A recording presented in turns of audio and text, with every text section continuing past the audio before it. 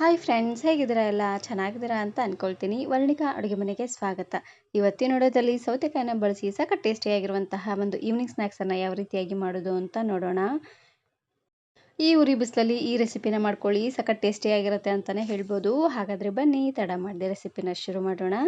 ಇದನ್ನು ಮಾಡಲಿಕ್ಕೆ ಮೊದಲು ನಾನಿಲ್ಲಿ 3 ಸೌತೆಕಾಯಿನ ತೊಗೊಂಡಿದ್ದೀನಿ. ಚೆನ್ನಾಗಿ ತೊಳೆದು ಈ ರೀತಿಯಾಗಿ ಮುಂದ್ಗಡೆ ಹಾಗೆಯೇ ಹಿಂದ್ಗಡೆ ಭಾಗನ ಕಟ್ ಮಾಡ್ಕೊಳ್ಬೇಕು. ಕಟ್ ಮಾಡಿಕೊಂಡು ರುಚಿ ನೋಡಿ, ಒಂದೊಂದು ಸೌತೆಕಾಯಿ ಸ್ವಲ್ಪ ವಿಷ ಇರುತ್ತೆ ನೋಡಿ, ಹಾಗಾಗಿ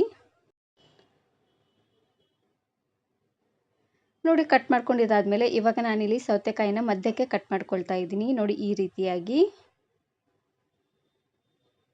ಇದಕ್ಕೆ ಆದಷ್ಟು ಚೆನ್ನಾಗಿ ಸ್ವಲ್ಪ ಬಲ್ತಿರುವಂತಹ ಸೌತೆಕಾಯಿನೇ ತಗೊಳ್ಬೇಕು. ಪೂರ್ತಿ ಎಳೆದಿದ್ರೆ ಚೆನ್ನಾಗಿರೋದಿಲ್ಲ, ಹಾಗಾಗಿ ಸ್ವಲ್ಪ ದಪ್ಪ ದಪ್ಪದಾಗಿದ್ದರೆ ಚೆನ್ನಾಗಿರುತ್ತೆ ತಿನ್ನಲಿಕ್ಕೆ.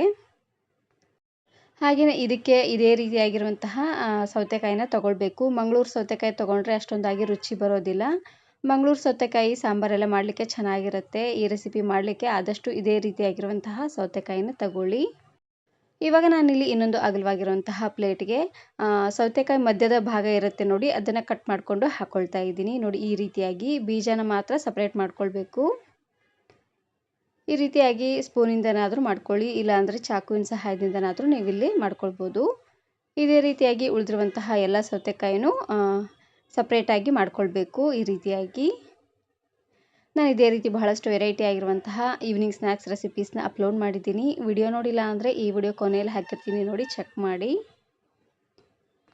ನೋಡಿ, ಸ್ವಲ್ಪ ಈ ರೀತಿಯಾಗಿ ದೊಡ್ಡದಾಗಿರುವಂತಹ ಸೌತೆಕಾಯಿ ತೊಗೊಂಡ್ರೆ ಜಾಸ್ತಿ ಅನ್ನೋಂಗೆ ಸೌತೆಕಾಯಿ ಬೀಜ ಎಲ್ಲ ಸಿಗುತ್ತೆ. ಹಾಗಾಗಿ ಸ್ವಲ್ಪ ದೊಡ್ಡ ಸೈಜಲ್ಲಿರುವಂತಹ ಸೌತೆಕಾಯಿನ ತಗೊಳ್ಳಿ. ಇದೇ ರೀತಿಯಾಗಿ ಉಳಿದಿರುವಂತಹ ಎಲ್ಲ ಸೌತೆಕಾಯಿನೂ ಈ ರೀತಿಯಾಗಿ ನೀಟಾಗಿ ಕಟ್ ಮಾಡ್ಕೊಂಡು ತಗೊಳ್ಬೇಕು. ನೋಡಿ, ಇದಕ್ಕೇ ನಾನಿಲ್ಲಿ ಅರ್ಧ ಕ್ಯಾರೆಟನ್ನು ಸಣ್ಣದಾಗಿ ತುರಿದು ಹಾಕ್ಕೊಳ್ತಾ ಇದ್ದೀನಿ. ಮೊದಲು ಮೇಲ್ಗಡೆ ಸಿಪ್ಪೆನ ತೆಗೆದು ಅದಾದಮೇಲೆ ಈ ರೀತಿಯಾಗಿ ಸಣ್ಣ ಸಣ್ಣದಾಗಿ ತುರಿದು ಹಾಕ್ಕೊಳ್ಳಿ, ಚೆನ್ನಾಗಿರುತ್ತೆ. ಹಾಗೆಯೇ 1 ಚಮಚ ಆಗುವಷ್ಟು ಅಚ್ಕಾರದ ಪುಡಿ, ರುಚಿಗೆ ತಕ್ಕಷ್ಟು ಉಪ್ಪನ್ನು ಹಾಕ್ಕೊಳ್ತಾ ಇದ್ದೀನಿ. ಉಪ್ಪನ್ನು ನೋಡಿ ಹಾಕ್ಕೊಳ್ಳಿ, ಜಾಸ್ತಿ ಆದರೆ ತಿನ್ನಲಿಕ್ಕೆ ಆಗೋದಿಲ್ಲ, ಹಾಗಾಗಿ. ಹಾಗೆಯೇ ಲಾಸ್ಟಲ್ಲಿ ಇದಕ್ಕೆ ನಾನಿಲ್ಲಿ ಅರ್ಧ ಚಮಚ ಆಗುವಷ್ಟು ಚಾಟ್ ಮಸಾಲಾನ ಹಾಕ್ಕೊಳ್ತಾ ಇದ್ದೀನಿ. ಚಾಟ್ ಮಸಾಲಾನ ಹಾಕ್ಕೊಳ್ಳಿ, ರುಚಿ ಅಂತೂ ತುಂಬಾ ಚೆನ್ನಾಗಿ ಬರುತ್ತೆ ಅಂತಲೇ ಹೇಳ್ಬೋದು. ಎಲ್ಲವನ್ನು ಹಾಕ್ಕೊಂಡು ಚೆನ್ನಾಗಿ ಇದನ್ನು ಈ ರೀತಿಯಾಗಿ ಮಿಕ್ಸ್ ಮಾಡ್ಕೊಂಡು ತಗೊಳ್ಬೇಕು. ನಿಮಗೆ ಬೇಕಿದ್ದರೆ ಇದ್ರ ಜೊತೆಗೆ ಸಹ ಈರುಳ್ಳಿ ಹಾಗೆಯೇ ಟೊಮೆಟೊನೂ ಸಹ ಕಟ್ ಮಾಡಿ ಹಾಕ್ಕೊಳ್ಬೋದು. ನೋಡಿ, ಇವೆಲ್ಲವನ್ನು ಹಾಕ್ಕೊಂಡು ಚೆನ್ನಾಗಿ ರೀತಿಯಾಗಿ ಮಿಕ್ಸ್ ಮಾಡ್ಕೊಂಡು ತಗೊಳ್ಳಿ. ಇದು ಜಾಸ್ತಿ ಹೊತ್ತು ಮಿಕ್ಸ್ ಮಾಡಿಟ್ರೆ ನೀರು ಬಿಟ್ಕೊಂಡ್ಬಿಡುತ್ತೆ ನೋಡಿ, ಹಾಗಾಗಿ ಮಿಕ್ಸ್ ಮಾಡಿದ ತಕ್ಷಣವೇ ಸರ್ವ್ ಮಾಡಬೇಕು. ಇದಕ್ಕೇ ಲಾಸ್ಟಲ್ಲಿ ಸಣ್ಣದಾಗಿ ಕಟ್ ಮಾಡಿರುವಂತಹ ಕೊತ್ತಂಬರಿ ಸೊಪ್ಪನ್ನು ಹಾಕ್ಕೊಂಡು ಒಂದು ಸಾರ್ತಿ ರೀತಿಯಾಗಿ ಚೆನ್ನಾಗಿ ಇದನ್ನು ಮಿಕ್ಸ್ ಮಾಡಿಕೊಂಡ್ರೆ ಸ್ಟಫಿಂಗ್ ರೆಡಿ ಆಗೋಗ್ಬಿಡುತ್ತೆ. ಇವಾಗ ನಾನಿಲ್ಲಿ ಆವಾಗಲೇ ಕಟ್ ಮಾಡಿರುವಂತಹ ಸೌತೆಕಾಯಿನ ತಗೊಳ್ತಾ ಇದ್ದೀನಿ. ಇದಕ್ಕೇ ನಾನಿಲ್ಲಿ ಮಧ್ಯಕ್ಕೆ ತುಂಬ್ಕೊಳ್ತಾ ಇದ್ದೀನಿ ನೋಡಿ, ಈ ರೀತಿಯಾಗಿ.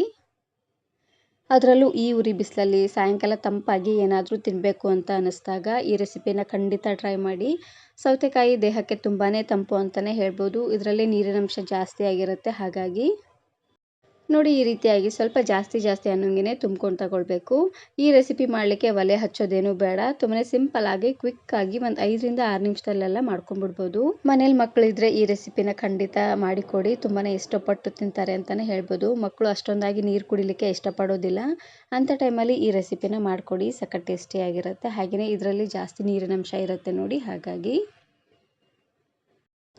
ನೋಡಿ, ಎಲ್ಲ ಸೌತೆಕಾಯಿಯು ತುಂಬ್ಕೊಂಡಿದ್ದಾದಮೇಲೆ ಇದಕ್ಕೇ ನಾನಿಲ್ಲಿ ಲಾಸ್ಟಲ್ಲಿ ಸ್ವಲ್ಪ ಮೂಂಗ್ ದಾಲನ್ನು ಹಾಕ್ಕೊಳ್ತಾ ಇದ್ದೀನಿ. ನಿಮ್ಮ ಮನೇಲಿ ಯಾವುದಾದ್ರೂ ಡ್ರೈ ಮಸಾಲೆ ಇದ್ದರೆ ಅದನ್ನು ಹಾಕ್ಕೊಳ್ಬೋದು.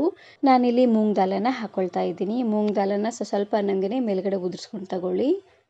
ಮೂಂಗ್ ದಾಲನ್ನು ಹಾಕಿ ಜಾಸ್ತಿ ಹೊತ್ತು ಬಿಟ್ಟರೆ ಮೂಂಗ್ ದಾಲೆಲ್ಲ ಪೂರ್ತಿ ಮೆತ್ತಗಾಗ್ಬಿಡುತ್ತೆ ನೋಡಿ, ಹಾಗಾಗಿ ನಿಮ್ಮ ಮನೇಲಿ ಚಿಪ್ಸ್ ಇದ್ದರೆ ಅದನ್ನು ಸಹ ಸಣ್ಣದಾಗಿ ಕಟ್ ಮಾಡಿ ಹಾಕ್ಕೊಳ್ಬೋದು, ಅದು ಕೂಡ ತುಂಬಾ ಚೆನ್ನಾಗಿರುತ್ತೆ. ಈ ವಿಡಿಯೋ ಇಷ್ಟ ಆದರೆ ಈಗಲೇ ಒಂದು ಲೈಕ್ ಬಟನನ್ನು ಕ್ಲಿಕ್ ಮಾಡಿ, ಫ್ರೆಂಡ್ಸ್ ಆ್ಯಂಡ್ ಫ್ಯಾಮಿಲಿ ಜೊತೆಗೆ ಶೇರ್ ಮಾಡಿ.